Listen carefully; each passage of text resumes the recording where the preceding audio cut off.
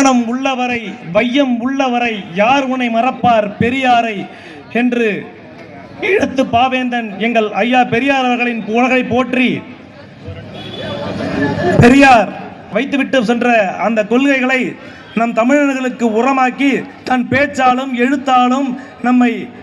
இந்த தமிழகத்தில் திராவிடத்தின் ஆட்சியை முதல் முறையில் நிலைநாட்டிய அண்ணன் ஐயா அண்ணா அவர்களை வணங்கி அண்ணாவின் கொள்கைகளை அண்ணாவின் பணிகளை இந்த தமிழகம் முழுவதும்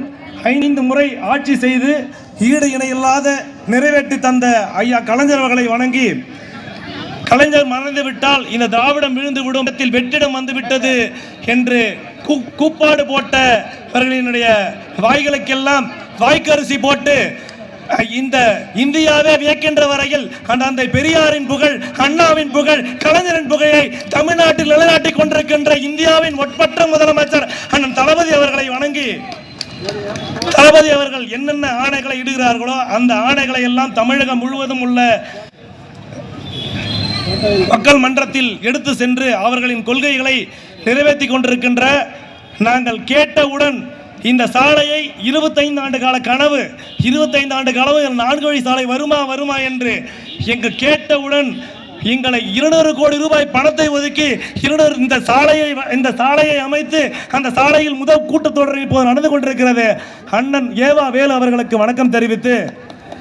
இந்த ரிஷிவந்தியம் சட்டமன்ற தொகுதியில் 2,72,000 பேர் இருக்கிறாங்க. இந்த 2,72,000 பேரும் என் ஒரே குடும்பம் என்று இந்த தொகுதி மக்களுக்காக என்னென்ன திட்டங்கள் வேண்டுமோ அனைத்து திட்டங்களையும் 30 அமைச்சர்கள் இருக்கிறார்கள். அனைத்து அமைச்சர்களையும் பெற்று இந்த தன்னிகரில்லா தலைவர் இந்தியாவின் ஈடு இணையில்லாத சட்டமன்ற உறுப்பினர் என்று கூட சொல்ல முடியும். 234 உறுப்பினர்கள் இருக்கிறார்கள். தமிழகத்தில் இருக்கின்ற சட்டமன்ற உறுப்பினர்கள் எவ்வளவு யார் இருந்தாலும் அண்ணன் வசந்த கார்த்திகேயனுக்கு ஈடு இருக்க முடியாது என்று சொல்லுகின்ற அளவுக்கு சிறந்த சட்டமன்ற உறுப்பினர் அவர்கள் இந்த கூட்டத்தை நடத்தி கொண்டிருக்கிறார். அவர்களின் வழிகாட்டுதலின் கள்ளக்குறிச்சி தெற்கு மாவட்டம் ரிஷிவந்தியம் சட்டமன்ற தொகுதிக்கு உட்பட்ட சங்கராபுரம் வடக்கு ஒன்றியம் திராவிட முன்னேற்ற கழகத்தினுடைய சார்பில் நாடு போற்றும் 4 ஆண்டு தொடரட்டும் இது பல்லாண்டு என்று